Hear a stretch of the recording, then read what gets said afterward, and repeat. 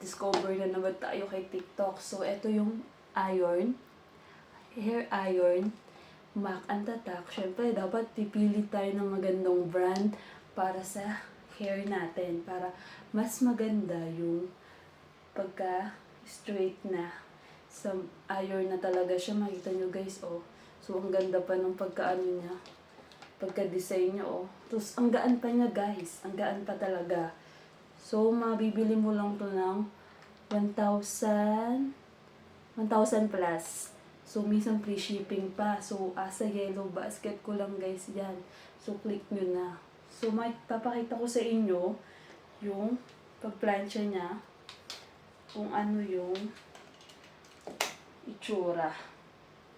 So, ayan. Ito yung on-off niya. Ayan, on-off niya. On mo siya. So, andito sa gilid yung kung anong level yung init na gusto mo. So, ako, pag gusto ko mabilisan na mainit, syempre sa 470 plus tayo. Mainit na yan. So, sobrang tipid. Pag may lakad kayo guys, plansya, di ba? Hindi na kayo pupunta pa sa salon. Tapos pag gusto mong matuto mag-treatment, makita mo itsura, di ba? Ito guys yung itsura. Yung pagplansya ng jealous. Oh, ganyan lang. Oh, di ba? Na-straight na guys. Na-straight. Oh. So, wait lang. Bali tayo ng hati ng buhok. Ito yung hindi pa napaplansya. Ito yung paplansyahin natin guys. Kita niyo naman yung ano, di ba? Oh. Diba? Ang ganda ng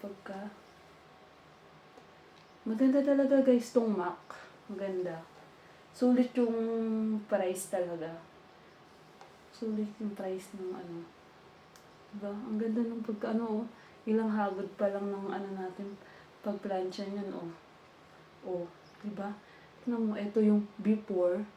Ito yung after. Diba? Guys, ang ganda na, kaya bili na kayo. Bili na kayo guys. Ayun o. Oh. Diba? Para kayo na purban.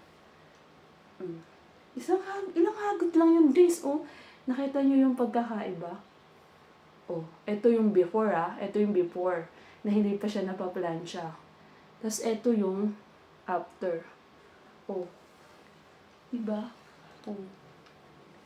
Nakita nyo na yung pagkakaano. So, ano pa hinihintay nyo guys? Bilhin na. So, ito yung before. Then, ito yung after. Diba? So, ito nga pala sikreto ko. Yung plansya na to. Oh. Tapos, pag marunong ka pa mag-treatment, oh, may plansya ka na. Bili ka na lang ng gamot. Oh, yun o guys. Oh.